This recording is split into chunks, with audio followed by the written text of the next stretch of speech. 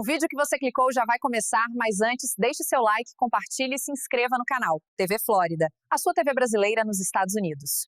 Olá pessoal, a gente está aqui em El Salvador com o ministro Gustavo Villatoro, tá? É a pessoa que eu costumo dizer é o CEO da segurança pública do Bukele, então ele conseguiu desenvolver aqui um sistema muito próprio, né, perfeito para a situação de El Salvador, e junto com o presidente Nayib Bukele, o responsável por essa transformação de El Salvador em país mais violento do mundo, em 2016, que chegou a uma taxa a superar os 100 homicídios para cada grupo de 100 mil habitantes, chegou a 102. Você que está me vendo no Brasil, quando explodiu o índice de homicídios no Brasil, chegou a ultrapassar 30 esse número. El Salvador chegou a 102. Então eu vou conversar um pouquinho aqui com ele, né? Primeiro agradecendo, Gustavo Villatoro, muchas gracias por tener esta oportunidad única para que hablemos del que hablo yo, el milagro de El Salvador. ¿Cómo se pasó todo eso? Porque al menos que yo sé es que cuando empezó Bukele no tenía todas las herramientas para poner adelante su política de seguridad. ¿Cómo se fue esta historia del presidente Bukele junto con ustedes hasta lograr este momento que estamos hoy? Bueno, gracias Eduardo, es un gusto estar acá contigo, poder compartir un poco lo que tú llamas el milagro Bukele. Nosotros estamos viviendo día a día este milagro y sí, todo esto pasa por hacer una revisión histórica de lo que había pasado en este país después de la firma de los acuerdos de paz en 1992 y entender cómo pasaban los años, llegamos a 30 años de estar recibiendo recetas internacionales de cómo resolver este problema, administradas por un clúster de diputados, magistrados de la Corte Suprema de Justicia, que actuaban como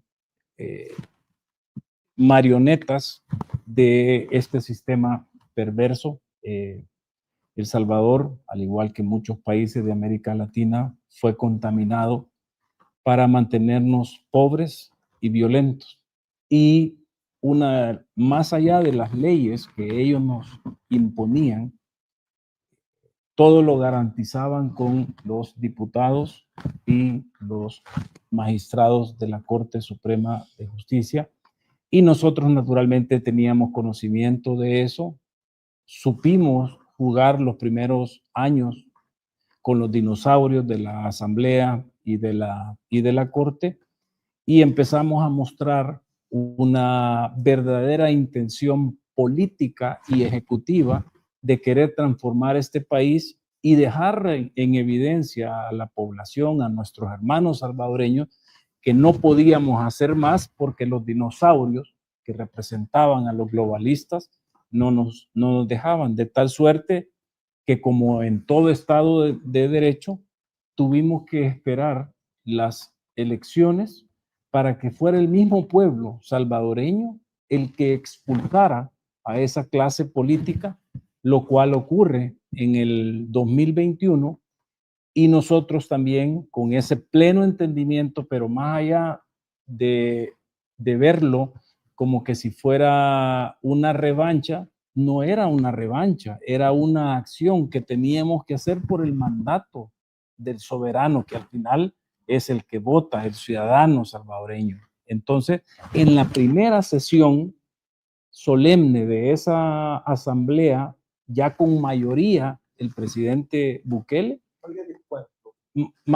mayoría calificada, digamos que eran 84, en aquel entonces nosotros teníamos más de 60 diputados, por decisión popular, no por imposición de nosotros, por decisión de la gente. Entonces los primeros 4 años de Bukele, en el medio se pasó lo que llaman en Estados Unidos midterms, que es una elección de medio de mandato, ahí logró tener 60 y pico de 84 diputados.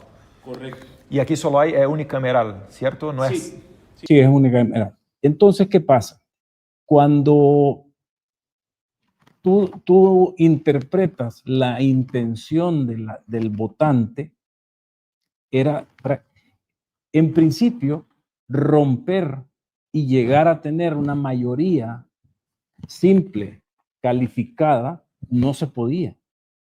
Y el único que rompió esa fórmula matemática que hicieron hace años los dinosaurios fue el mismo pueblo salvadoreño, porque no estaba diseñado para que el 70% de la población votara a favor de un partido político. Entonces, entendiendo ese mandato de la población, es que en la primera sesión y como primer acto se destituyen a los 5 magistrados de la Corte Suprema de Justicia. Total de 5, todos los 5 afuera. 5 afuera, el fiscal general que siempre había sido negociado entre izquierdas y derechas, que son las decisiones que el pueblo estaba esperando, porque era lógico que nosotros, sin un fiscal general pro Bukele, no, pro país, no íbamos a emprender una guerra, que era lo que teníamos que hacer. Tampoco lo íbamos a lograr si manteníamos a esos 5 dinosaurios de la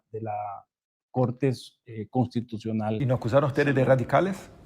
Claro, te imaginas los globalistas, los que se ofendieron, pero ellos tuvieron 30 años para dictar las políticas de este país. Nunca le resolvieron el problema al 97% de la población. Ellos solo gobernaban para su 3%, y ese 3% eran esas instituciones internacionales, algunas ONGs, y eso al final, Eduardo, es lo que permitió empezar esta transformación histórica en materia de seguridad, y que ellos ahora lo único que les queda es atacarnos, y se han inventado todos los cuentos posibles para, digamos, impactar las políticas, pero lo cierto es que nosotros gobernamos para los salvadoreños, y el 98% de los salvadoreños respalda al presidente Nayib Bukele, respalda las políticas en materia de seguridad, y sobre eso, y en este país soberano e independiente, ellos, ninguno tiene nada que decirnos, y a nosotros nadie nos va a decir cómo vamos a cocinar nuestra comida. Seguramente.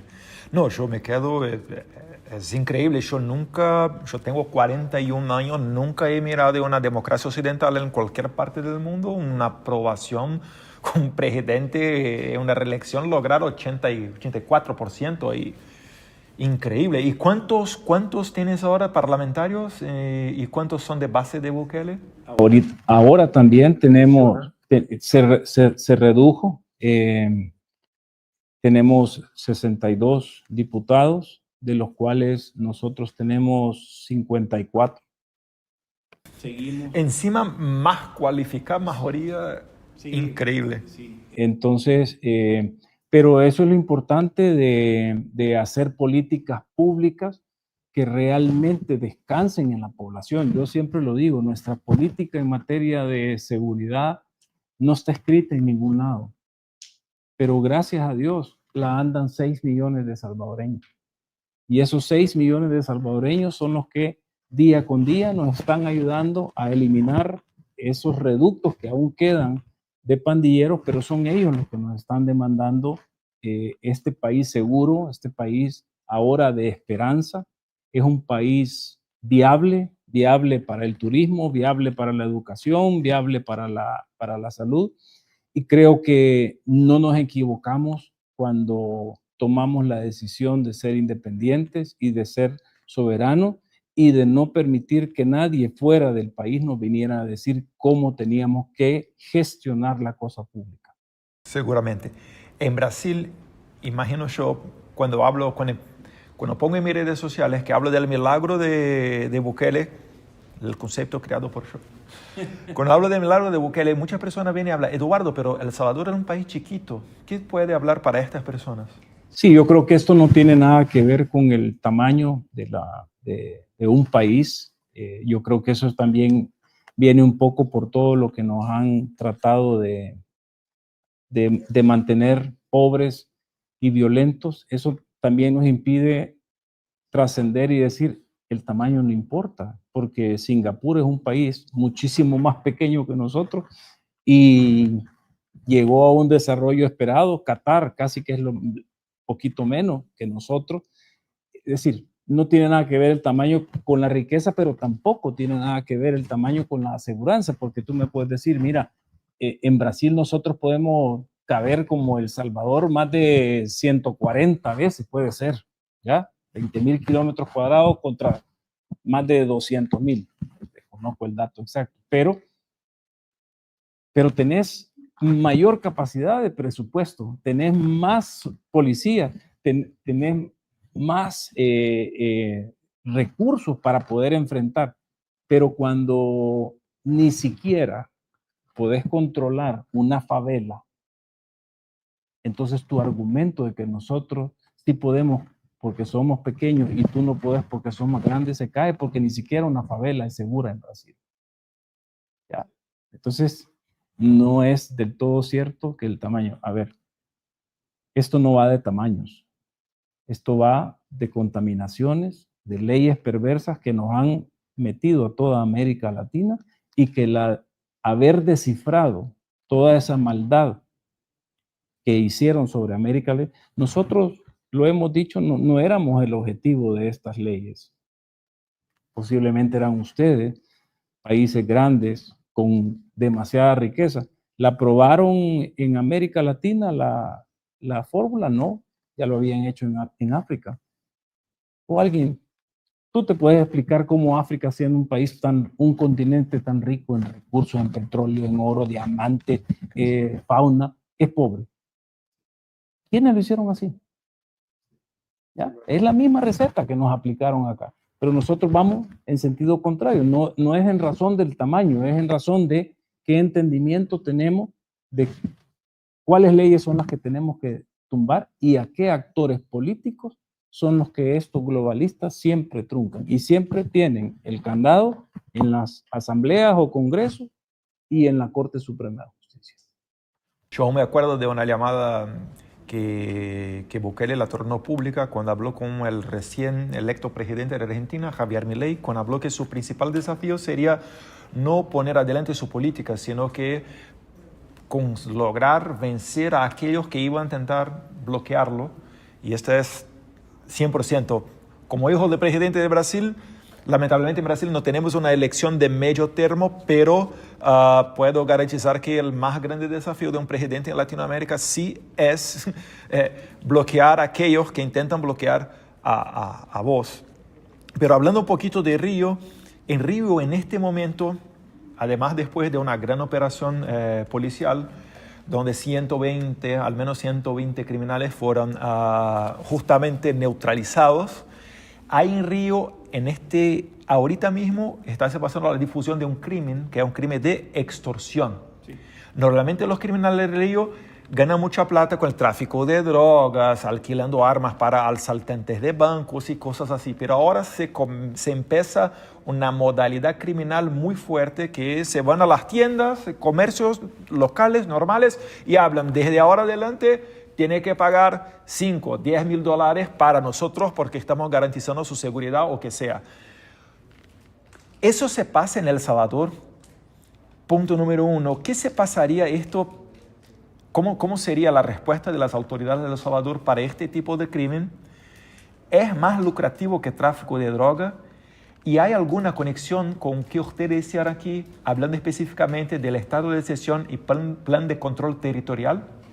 Sí, digamos que en eso hay bastante similitud, pero cuando el fenómeno de la extorsión se empieza a multiplicar, lo que está claro es que hay una organización criminal por detrás que está atentando la soberanía territorial de un estado.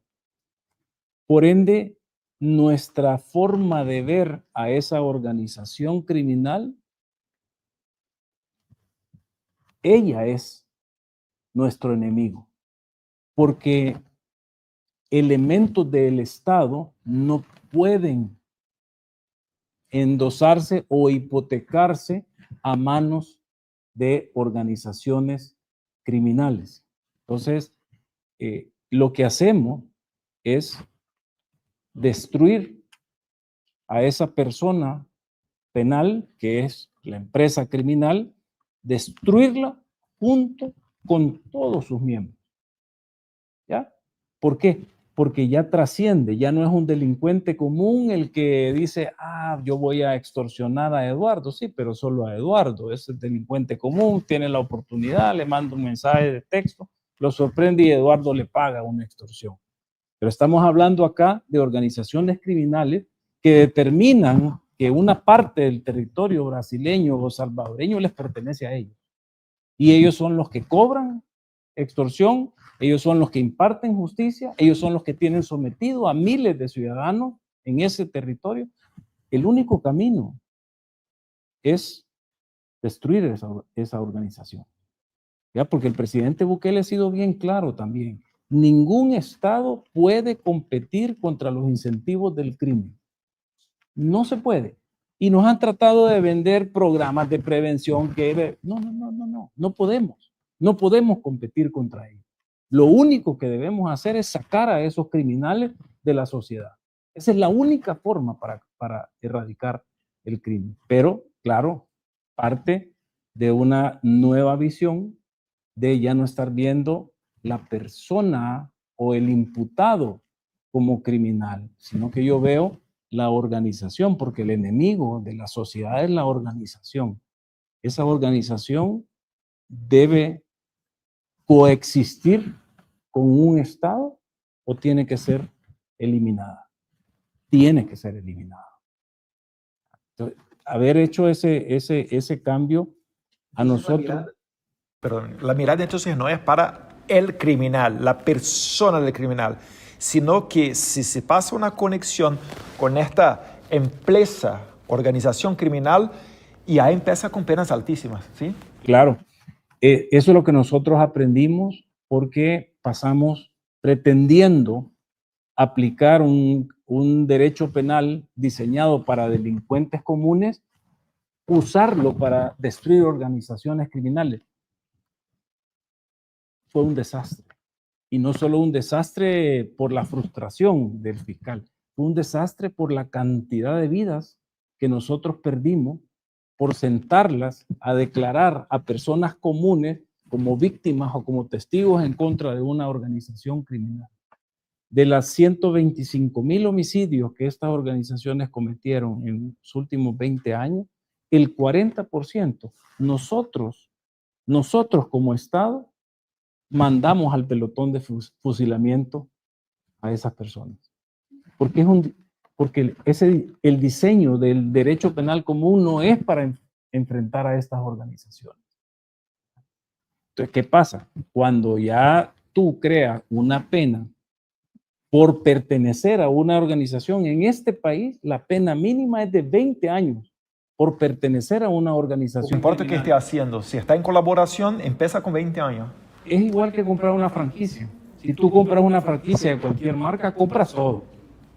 El que entra a una organización criminal, compra todo. Compra los homicidios que cometieron, compra todas las extorsiones que cometen, compra todas las armas, compra toda la droga que trafican. Por ende, si es parte de la organización, tiene que responder.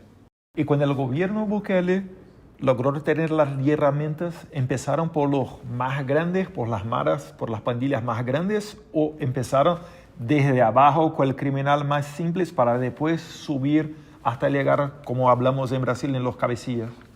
No, yo creo que esto ha sido una de las estrategias del presidente Bukele, que también lleva un entendimiento soberano de qué es lo que se gestiona. Se gestiona un país, se gestiona un Estado. Entonces, si tú vas a utilizar todas las armas y todos los hombres de bien de un país para luchar contra organizaciones criminales que representan la oscuridad, entonces tienes siempre que empezar con el más grande. No se juega como Estado luchando primero contra el pequeño. Primero es contra el más grande, porque estás jugando como Estado y tenés que legitimar tu accionar. Un Estado no está diseñado para andar, como decimos acá, entendiéndose con los criminales de menudistas. ¿Ya? porque el principal enemigo de nuestras sociedades en América Latina no es el delincuente común, que no digo que no haya, claro que hay crímenes comunes, pero los que tienen el monopolio criminal son las organizaciones criminales. Entonces, de 10 que tengas, ¿cuál es la más grande? Entonces, esa es la que hay que neutralizar primero, porque puede ser que no llegues nunca a la 10 se pueda diluir porque no va a pelear con algo que tuvo la capacidad de derribar. Imagínate nosotros. Nosotros no eliminamos a la MS. Eliminamos a un gobierno criminal paralelo que era más efectivo que el gobierno que los hipócritas globalistas llamaban de derecho y que no les generaba ningún problema. O sea, iniciamos una guerra contra un Estado criminal y posiblemente el más exitoso que el mundo ha conocido. Lo que pasa es que por nuestra mente no entendemos que, imagínate que nosotros ni siquiera los llamábamos terroristas. Porque claro, en nuestra mentalidad de mendigos, los terroristas eran ISIS, Al-Qaeda, porque eran lo que los países del primer mundo hablaban. Y nosotros con estos terroristas acá, ¿cómo se le puede llamar a alguien que para ser parte de una organización criminal tiene que matar al menos a 10 personas? Es un terrorista. En el mundo normal, romántico del derecho penal, le puedes decir asesino serial. Sí, pero estos no son asesinos seriales comunes. Estos pertenecen a una organización que tiene el monopolio y la capacidad de imponer sus reglas en un territorio. Esa es como un poco la diferencia en la óptica de lo que El Salvador está haciendo y que le está demostrando al mundo que no se puede combatir organizaciones criminales utilizando las leyes penales que aquí en América Latina están diseñadas para enfrentar a delincuentes comunes, no para enfrentar a organizaciones criminales. Entonces hay todo un procedimiento de tribunales específico para estos criminales, de estas organizaciones, presidio para ellos, ¿así? Diseñamos todo el ecosistema, si se puede llamar. Un delincuente común enfrenta a un juez de paz, luego esa decisión del juez de paz la supervisa un juez de instrucción, luego ese juez de instrucción pasa a un juez de sentencia y luego a un juez de vigilancia penitenciaria. Sí, pero ese es el común. El criminal de organizaciones criminales, un solo juez. Y solo hay dos tipos de cárceles. Cárceles de pandilleros y SECOT. Y SECOT está diseñada para esos que para ingresar ya habían matado a 10 personas. Entonces, SECOT es para los asesinos seriales y los que querían ser asesinos seriales van a las cárceles de pandilleros, pero no mezclamos. Los reos comunes no se mezclan con los pandilleros. Esa lección la aprendimos tristemente después de más de 125,000 homicidios. Porque cuando ingresa un común y se está allá junto con los pandilleros, cuando sale del cárcel, ya está... Claro, pero no es ningún secreto, Eduardo. Hablemos de lo que está en boga. Tren de Aragua. Sí. ¿A dónde nació el Tren de Aragua? En una cárcel. Entonces... Como el Comando Rojo en Brasil. ¿A dónde nació? En una cárcel. La Mexican Mafia, que aglutina a todas las pandillas latinas dentro de Estados Unidos, ¿dónde nació? En las cárceles. Entonces, nosotros lo vivimos también en carne propia. Aquí yo entraba por robo y salía pandillero, ya salía parte de esa organización criminal. Entonces, desgraciadamente, bueno, no desgraciadamente, sino que para buena fe de los que queremos hacer el bien, el mundo tiene las experiencias suficientes y necesarias para hacer lo correcto. Hay dos clases de montaña. La montaña donde yo subo para ir a traer las cosas buenas para derrotar a los seres de la oscuridad y la montaña mala donde suben todos los que quieren hacer las cosas malas. ¿Ya? Nosotros siempre elegimos la derecha. Ministro, yo me gustaría quedarme aquí unas 50 horas más, Pero tenemos tiempo y otra cosa también para hacer y también para no copiar todo su trabajo aquí en el ministerio. Un número curioso que me habló sobre la comparación que estaba haciendo sobre el tráfico de drogas y la extorsión. Es muy más lucrativo la extorsión, ¿cierto? Los números que tiene El Salvador, ¿de cuánto era mismo? Digamos que nosotros vinimos entendiendo cómo la transformación de estas organizaciones, porque en Los Ángeles, donde nacieron, ellos simplemente tienen el negocio de la venta de droga y los bares, restaurantes o tráfico de personas. Pero acá empezaron a conocer la extorsión, porque en América Latina, por nuestra capacidad adquisitiva, muchas veces estas organizaciones les toca vender la droga más barata, que es la marihuana. Entonces, solo para que tengas un parámetro, ellos generaban con la venta de droga $200 millones al año, pero en extorsión ellos recaudaban $2,000 millones al año. ¿Ya? Por eso es que el control del territorio para ellos se volvió algo tan importante. Y por eso es que para nosotros también, nuestro plan se llama control territorial. ¿Quién lo controla? El Estado. ¿Cede a alguien el control del territorio? No. ¿Cederá a futuro a alguien el control? Tampoco. Esa lección la aprendimos muy bien y, como te digo, no está en ningún papel, pero está en 6 millones de salvadoreños que no le van a permitir a ningún gobierno a futuro que le endose a ninguna organización criminal ni 1 milímetro de nuestro sagrado. Ojalá. Dios bendiga a ustedes. Muchas gracias, ministro. ¿Se puede dejar un recado a los brasileños que ya no tienen más esperanza de cambio, que sufrieron un montón por tema de la criminalidad en Brasil? Para encerrar, por favor. Yo creo que los tiempos y los nuevos vientos que estamos viviendo, creo que van a llevar por fin a que Brasil vuelva al camino correcto, al camino de la esperanza, al camino de la seguridad, al camino de la prosperidad. Como país pequeño, sí queremos ver grande a Brasil.